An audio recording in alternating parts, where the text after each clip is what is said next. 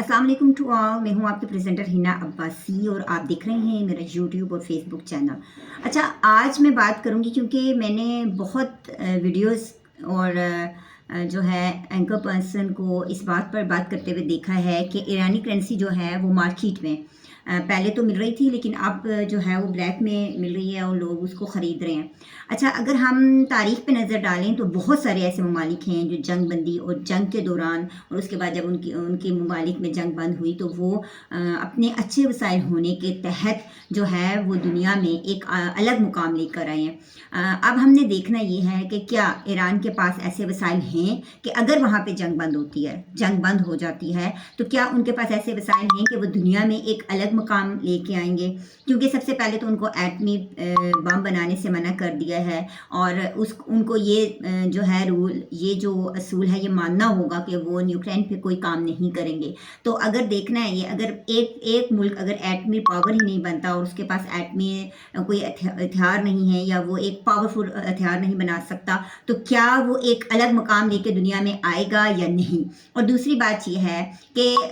Iran जिस तरह अपनी करेंसी को ममालिक में फेंक कर उसकी वैल्यू को अप कर रहा है, क्या ये मुमकिन है कि जो ही ये जंग बंद होती है ईरान अपनी करेंसी को बदल देता है। अगर ईरान अपनी करेंसी को बदल देता है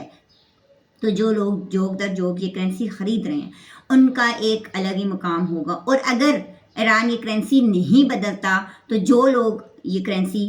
ख़रीद रहे हैं उनका फिर और ही मुकाम होगा। ये दो ऐसे सवाल हैं जिनका जवाब अभी तक मालूम नहीं है, किसी को भी नहीं मालूम कि करेंसी तब्दील होगी या नहीं। लेकिन अगर तारीख पे नज़र डालें तो ईरान ने बहुत दफ़ा अपनी करेंसी की वैल्यू को अप करने के लिए इसमें चेंजेस की हैं और हाल ही में उसने 1 करोड़ रुपये की मालियत का नोट भी इसलिए निकाला था क्योंकि उनकी करेंसी जो है वो बहुत ज़रा ग्राफ से नीचे गिर गई थी। तो अपनी करेंसी को ग्राफ से ऊपर लाने के लिए हर मुल्क ब्लैक मनी को अवॉइड करने के लिए ऐसे इक़दाम करता है कि अगर उसकी गवर्नमेंट के अंदर कुछ लोग हेरा फेरी से अमाउंट जो है उनके टैक्स पे नहीं कर रही या अमाउंट्स के जो है वो हेरा फेरी कर रहे हैं, तो वो लोग निकल के सामने आ जाएं और वो लोग अपनी करेंसी को जब बदलवाने के लिए बैंक्स में जाते हैं तो मुल्की हालात बेहतर हो जाते हैं। हम इसी तरह का मशवरा मैं अपने